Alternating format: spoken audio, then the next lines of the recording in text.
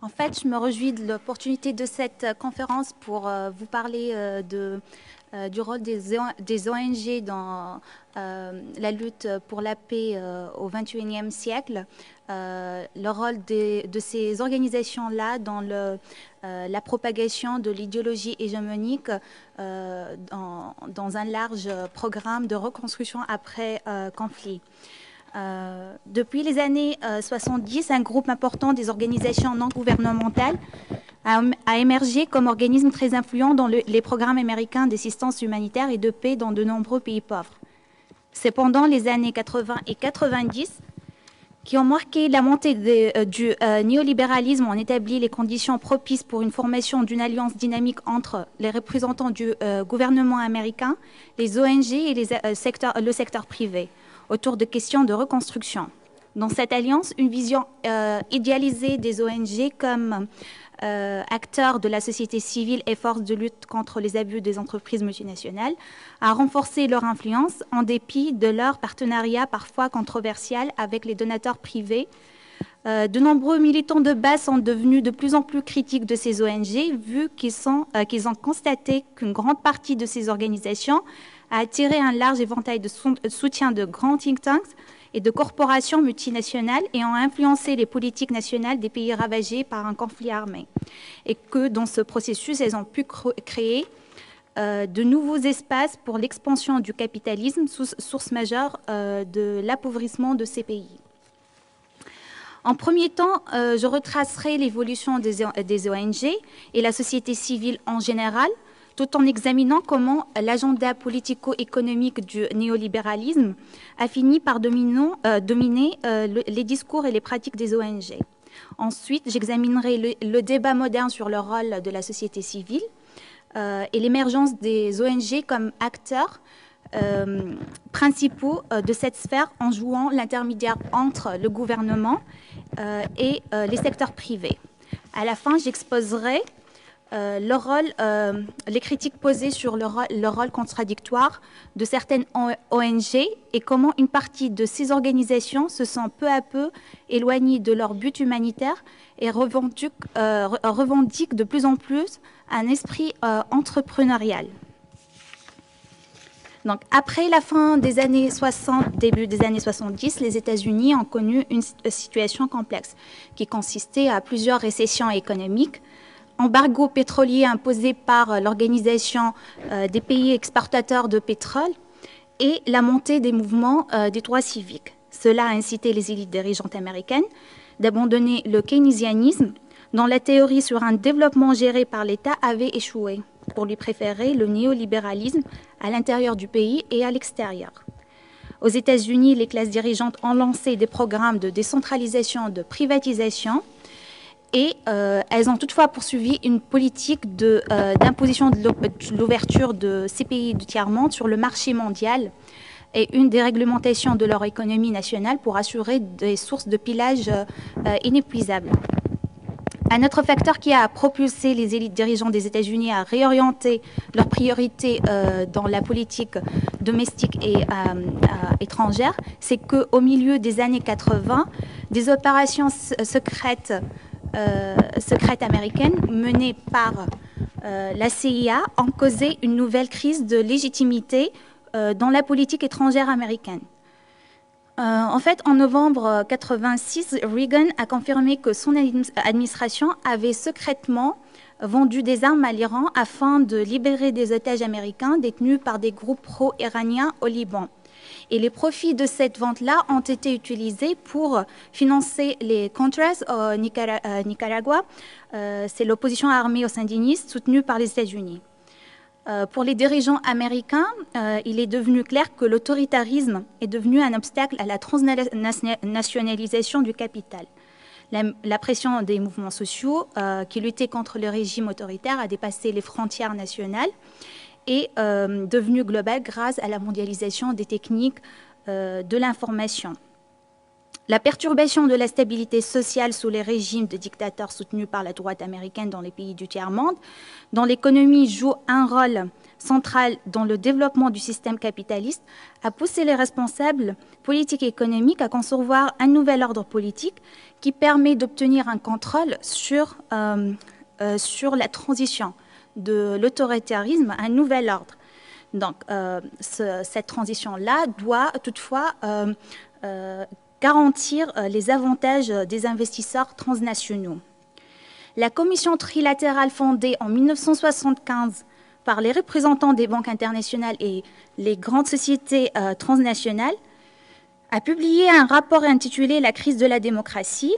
Huntington, qui a été l'auteur du rapport, a observé ce qu'il a appelé un excès de la démocratie, une baisse de la gouvernabilité de la démocratie, car en observant la contre-culture des années 70, l'essor du mouvement des droits civiques, la défaite du Vietnam, Huntington a maintenu que les gens ne se sentaient plus contraints comme avant à obéir à ceux qui considéraient autrefois supérieurs en termes d'âge, de rang, de statut, d'expertise, de réputation ou de talent.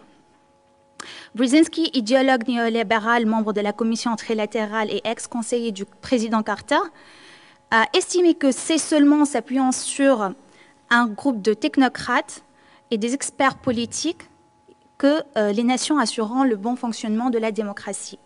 Leur but était d'assurer que les gens renoncent à leur liberté, à leur droit de participation dans le processus politique sous prétexte qu'ils manquent d'expertise au moment de crise de gouvernance, de conflits politiques.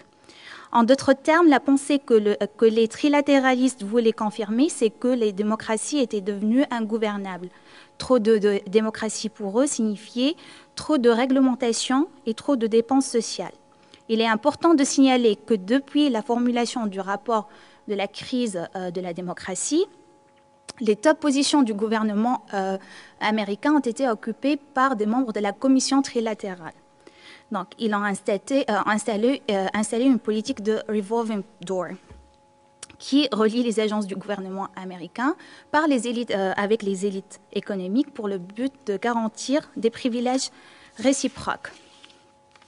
Donc, après la Seconde Guerre mondiale, les dirigeants américains, basés sur ces théories élitistes des trilatéralistes, ont souligné l'inévitabilité et la nécessité de la règle des oligarchies pour façonner un nouvel ordre mondial basé sur de nouvelles redéfinitions des droits de l'homme et de la démocratie. La transition vers la démocratie a constitué le changement majeur de politique américaine après la fin de la guerre froide. Cette dévotion aux droits de l'homme et la démocratie vont de pair avec la transmission du modèle de marché libre vers le reste du monde. Bill Clinton a annoncé dans un discours à l'Assemblée générale des Nations unies en septembre 1993 que, I quote, "In a new era of peril and opportunity, our overriding purpose must be to expand and strengthen the world's community of market-based democracies. During the Cold War, we sought to contain a threat to survival of free institutions. Now we seek to enlarge the circle of nations that live under those free institutions. For our dream is of a day when the opinions and energies of every person in the world will be given full expression in a world of thriving democracies that cooperate with each other and live in peace." End quote. Donc, le retrait de l'État des grands chantiers sociaux a fait apparaître de nouveaux acteurs non étatiques qui sont les ONG. Les institutions financières internationales et les fondations caritatives privées considèrent les ONG comme de nouveaux alliés dans la reproduction hégémonique de la démocratie néolibérale, car elles sont considérées comme des entités flexibles, moins liées par des règles, des traditions. Ces organisations jouent le rôle de l'intermédiaire entre le pouvoir de l'État et la société civile. Les bailleurs de fonds peuvent créer, reformer et manipuler les institutions de la société civile sans aucun contrôle. Donc, l'utilisation moderne du terme société civile s'est répandue dans la littérature des ONG et l'approche adoptée pour ce terme est devenue si largement acceptée qu'elle n'est plus théoriquement conceptualisée, mais considérée comme une vérité supposée. Pour cela, je vais examiner un peu l'évolution de ce terme et le relier au rôle des ONG aujourd'hui. Le concept de société civile a beaucoup évolué à travers l'histoire. À la Renaissance, il signifiait une société naturelle et un ordre social organisé. Non, il s'opposait en fait à la société naturelle, il signifiait un ordre social organisé et rationnel. John Locke a inclus l'État dans la société civile. Adam Smith l'a défini comme couvrant tout ce qui était socialement construit, y compris le marché et l'État. Hegel, qui considérait comme un espace social situé entre la famille et l'État. Marx l'a défini comme l'ensemble des rapports sociaux conditionnés par les relations économiques. Pour Antonio Gramsci, la société civile est la sphère où les différents groupes sociaux interagissent et sont en concurrence les uns avec les autres. Chacun veut affirmer sa position de classe et ses intérêts.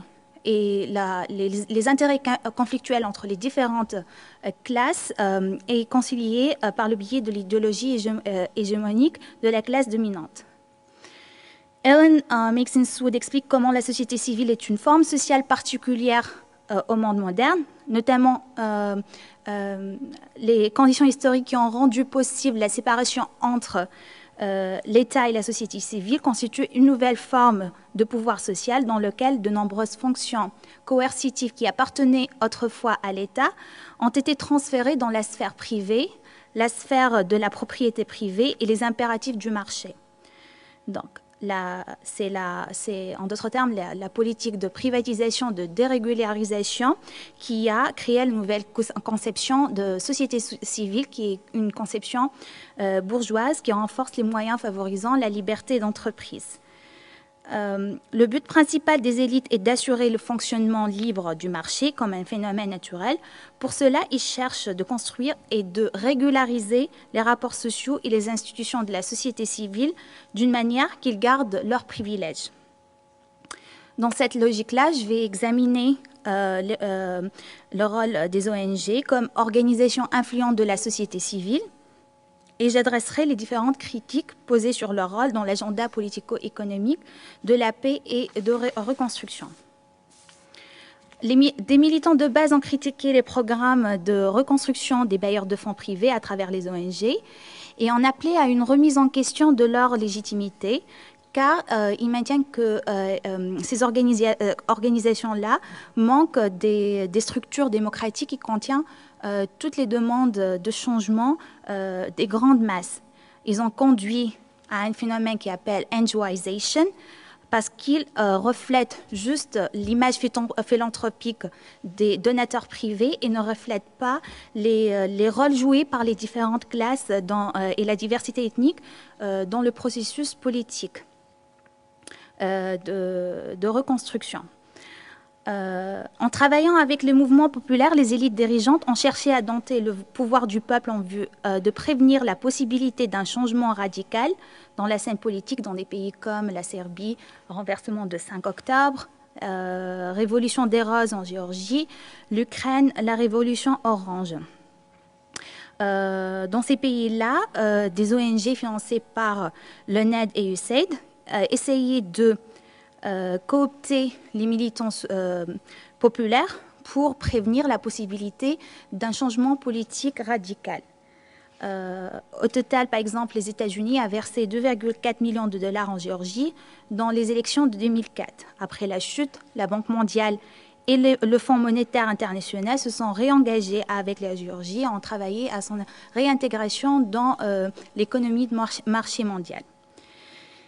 L'ONU et les institutions financières internationales ont souligné que le développement est un facteur clé pour instaurer la paix et que l'absence de développement pour de nombreux pays ont agité les conflits nationaux et internationaux. Comme depuis la fin de la guerre froide, le capitalisme a triomphé comme seul système économique viable au monde, les institutions financières internationales ont utilisé d'une façon récurrente le terme consensus de Washington pour désigner l'inévitabilité de la propagation hégémonique du développement néolibéral partout dans le monde construit sur le consentement du peuple. Le secrétaire général de l'ONU a publié un rapport en mai 1994 appelé le développement et la coopération économique internationale, un agenda pour le développement dans lequel il affirme que structural adjustment remains a necessary prescription to remedy serious economic imbalance, but it should also be clear that human needs and priorities must not be neglected, and that adjustment and transformation must have a clear human focus. The laws of economics cannot be changed, but their social consequences can be eased. Malgré cette insistance sur le développement des pays pauvres, il faut dire que très peu a été réalisé pour réduire la pauvreté et de nombreuses populations restent sous-développées. Les programmes de reconstruction se sont concentrés sur le développement des institutions politiques et économiques qui répondent aux intérêts financiers internationaux. Les ONG ont contenu la résistance populaire et ont renforcé un processus de paix non inclusif et ont transmis le modèle économique libéral des pays du Nord dominant au programme de paix. L'exemple irakien après l'invasion américaine est très important. Après l'invasion américaine en 2003, des centaines d'ONG américaines sont devenues actives en Irak, après des décennies de restriction de leur rôle sous le régime de l'ancien dictateur Saddam Hussein. Les Irakiens espéraient que les ONG américaines vont pouvoir enfin apaiser l'angoisse créée par l'occupation et la corruption du gouvernement irakien, mais aujourd'hui, il semble croire que ces ONG-là sont là juste pour des buts lucratifs, pour empocher des fortunes et des intérêts personnels. Ils voient ces organisations-là comme des entrepreneurs au lieu d'être des vrais défenseurs des droits de l'homme. En Palestine aussi, certaines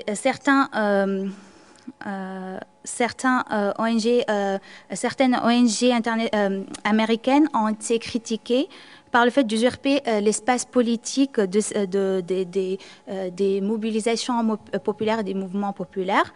Nour Odah, une journaliste qui a couvert, journaliste à Al Jazeera, qui a couvert le conflit israélo-palestinien pendant 10 ans, décrit le sentiment général des Palestiniens envers les ONG aujourd'hui. Elle dit que les Palestiniens pensent que ces ONG-là ont un rôle contradictoire, tandis qu'ils construisent des écoles et des routes en Palestine, ils protègent Israël, lui permettant ainsi de maintenir son occupation. Par conséquent, les Palestiniens demandent les organismes d'aide des États-Unis à vraiment respecter leurs droits et au lieu de les détourner de la question de l'occupation israélienne. Michael Arvin Jensen, chercheur à l'Institut danois qui a fait des études sur le rôle des ONG en Palestine, il décrit la situation des ONG palestiniennes avant les accords d'Oslo et après. Il affirme qu'avant les accords d'Oslo, la communauté des ONG était très importante. Elles ont participé dans le mouvement de lutte contre l'occupation. Mais après la signature des accords d'Oslo, la société civile palestinienne a eu une situation paradoxale. Bien que les ONG formées par la gauche palestinienne ont souffert financièrement, de nombreuses ONG ont été créées par des donateurs privés américains. Il a soutenu que la principale conséquence pour la plupart, sinon toutes les ONG palestiniennes, durant les années d'Oslo, a été un processus dans lequel elles ont été séparées de la question de libération et portées exclusivement sur des questions de développement. Un autre facteur qui a miné la crédibilité des ONG est le fait que les sociétés de sécurité privées américaines sont de plus en plus recrutées par les ONG humanitaires afin d'obtenir des services de sécurité craignant les menaces pendant qu'elles sont dans leur mission humanitaire.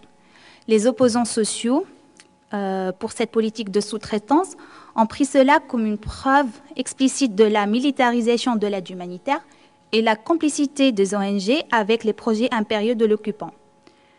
Bien que de nombreuses ONG ont été censées réglementer ces sociétés privées de sécurité et les autres contractants de services de reconstruction privés, elles ont contribué à la légitimation de leur existence dans des pays comme l'Irak et l'Afghanistan, car elles ont décroché des fortunes pendant ces guerres-là.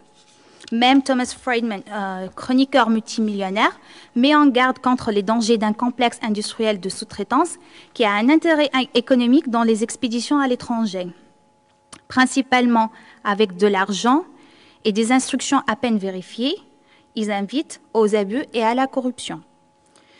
Une autre critique à laquelle les ONG doivent faire face aujourd'hui est le fait qu'elles sont devenues directement impliquées dans les conflits politiques et dans certains cas, elles ont contribué à alimenter de nombreux conflits ethniques. Certains critiques de gauche ont examiné la façon dont un certain nombre d'organisations non gouvernementales ont joué un rôle complémentaire aux médias dirigés par les entreprises occidentales pour justifier des interventions militaires et des atrocités comme le cas de Yougoslavie. Diana Johnston, écrivain et journaliste politique de gauche, explique dans son livre False Crusade, Yugoslavia, NATO and Western Delusions. J'ai pas trouvé là. J'ai une citation très importante. Voilà. Voilà. In Yugoslavia, the net generously funded Albanian separatists in Kosovo and the entire Milosevic opposition in Serbia. Human Rights Watch, closely linked to U.S. policymaking, repeatedly launched inflammatory and unsubstantiated accusations against the Yugoslav government. Internationally active humanitarian NGOs were in the forefront of the demand for humanitarian intervention.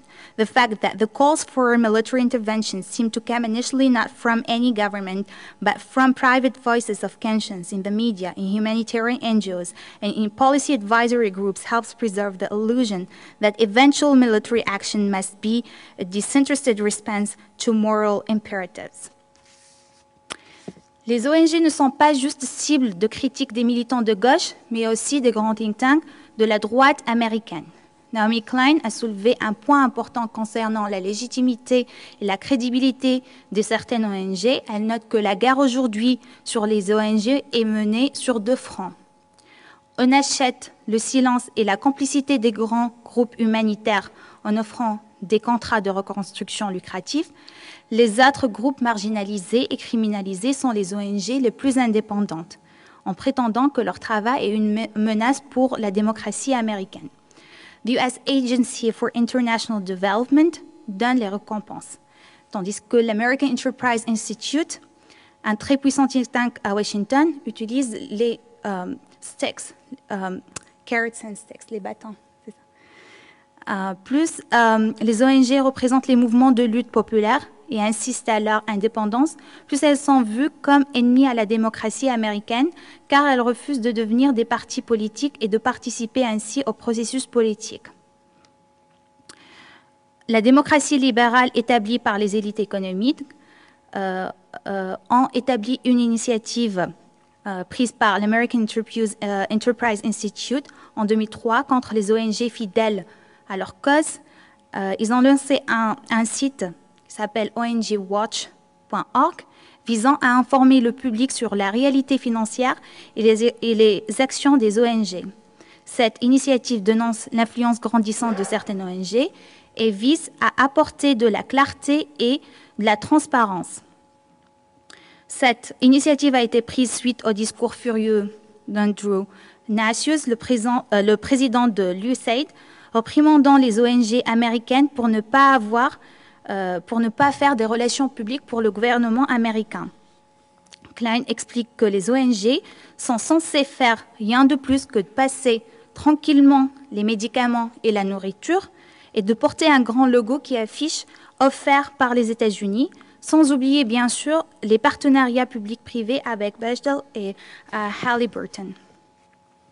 En conclusion, je peux dire que la responsabilité humanitaire des entreprises consiste à donner de l'argent pour les organisations à but non lucratif ou des activistes sociaux pour renforcer leur image philanthropique, tout en accélérant l'insertion de ces pays-là dans l'ordre néolibéral global. Nous devons examiner de plus près le caractère inévitable de la loi du marché et sa relation avec la violence cachée du champ humanitaire non violent, en scrutant le travail des acteurs non étatiques.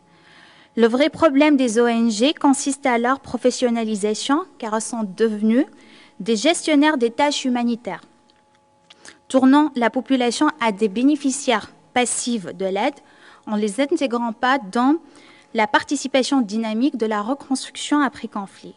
Ces ONG qui sont liées à l'élite corporatiste ne s'attaquent pas suffisamment aux causes structurelles de violence, d'exploitation de classe et la polarisation de la société civile entre riches et pauvres, et elles traitent superficiellement les problèmes sociaux. Par cette manière, les objectifs souvent déclarés derrière l'aide humanitaire, qui sont principalement la consolidation de la paix et les programmes de lutte contre la pauvreté, sont devenus imaginaires, puisque les services de protection sociale inclusive sont réduits, les individus se retrouvent seuls avec une responsabilité morale de sortir d'un cercle vicieux de pauvreté. Les populations locales se trouvent avoir devant aucune alternative de choix, mais d'adopter un consensus mondial sur le développement marchandisé, qui semble être un pacte éternel avec le diable.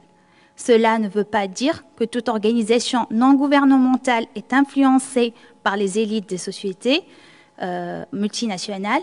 En effet, il y a de nombreuses ONG qui font un très bon travail dans les pays du tiers-monde, réduisant les souffrances et les exploitations des gens, mais nous avons à penser, à examiner avec soin qui est derrière ces organisations et si leur modèle de paix et de reconstruction représente bien les mouvements populaires et qu'elles défendent leur cause. Merci.